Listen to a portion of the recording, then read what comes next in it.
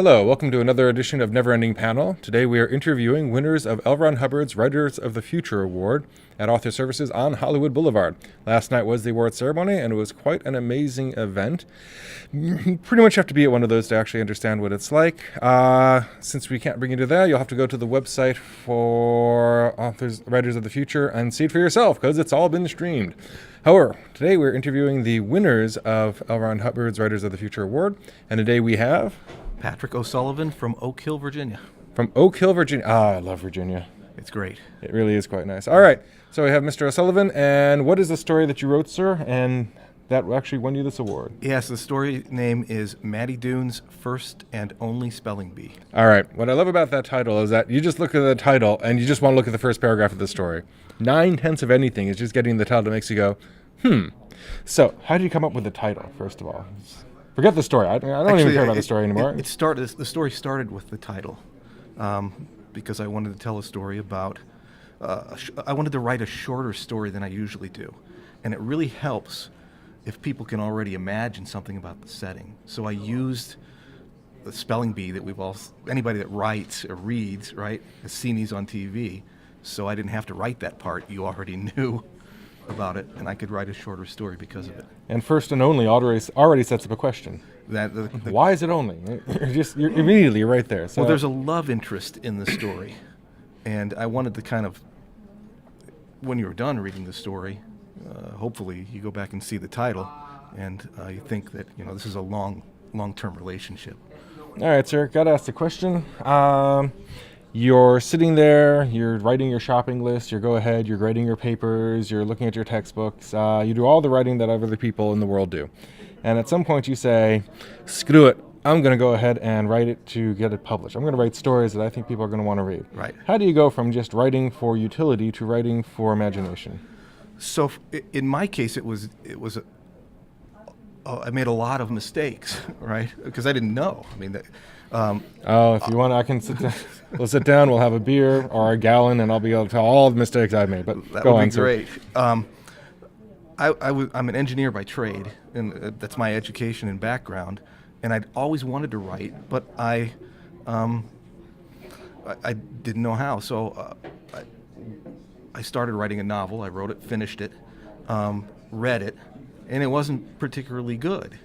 So I went to school to get a liberal arts degree, really, so that I could learn more about that.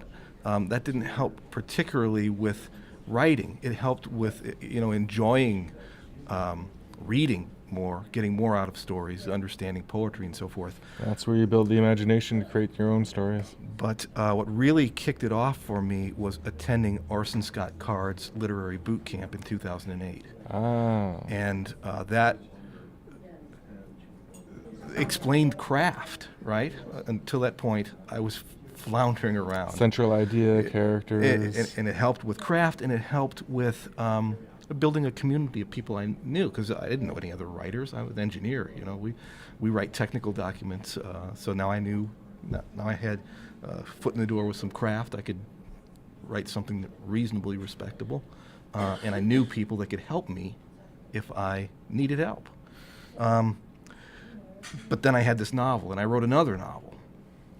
This one was much better because it was much more organized, and I knew what I was doing.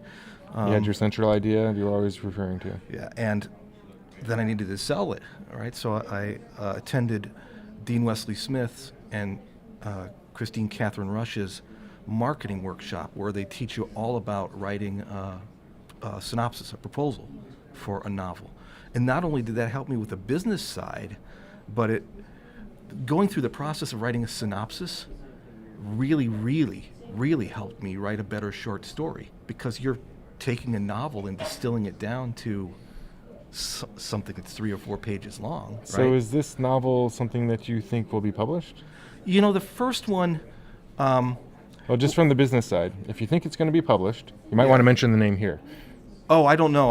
Ah. I have working titles for these things. Understood. As I understand it, the publishers choose the names. Yes and no. If they like Okay. the one you got, they tend to go with it. Okay. But one quick question, and then we would have to go on to your Sure. illustration. What got you to submit this particular story to Writers of the Future? Something must have happened that said, this is the one that's going Absolutely, it did. I never entered Writers of the Future. I learned about it from my hat rack friends, but I never entered it because I thght there were so many people that entered it that I didn't stand a prayer.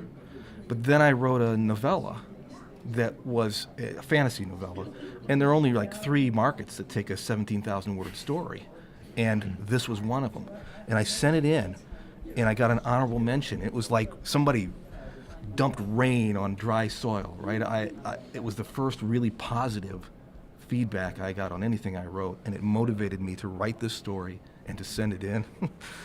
And you won. and it worked out. All right, to your right, sir, there is a picture. Would you Oh, mind yeah. holding that up and talking about that for This is- the audience on the internet? This is a great picture. You know, you go when you get here, you go around the room and you have to pick your picture out from all of the pictures. I knew instantly that Megan Muriel's picture, this one, was mine because it's not a scene from the book, but it captures the essence of what the story was about. And she's incredibly cool. She gave me a color version of this.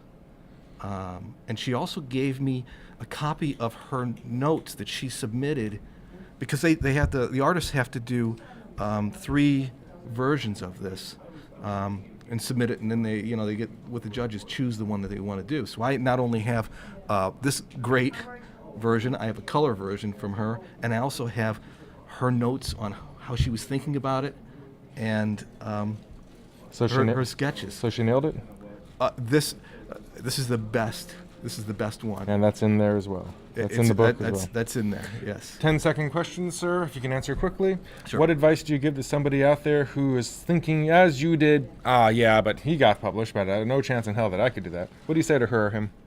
Write, and submit. And the more you write, and the more you submit, A rejection is an opportunity. and no question about it. Sir, thank you very much. Thank you. And we're out.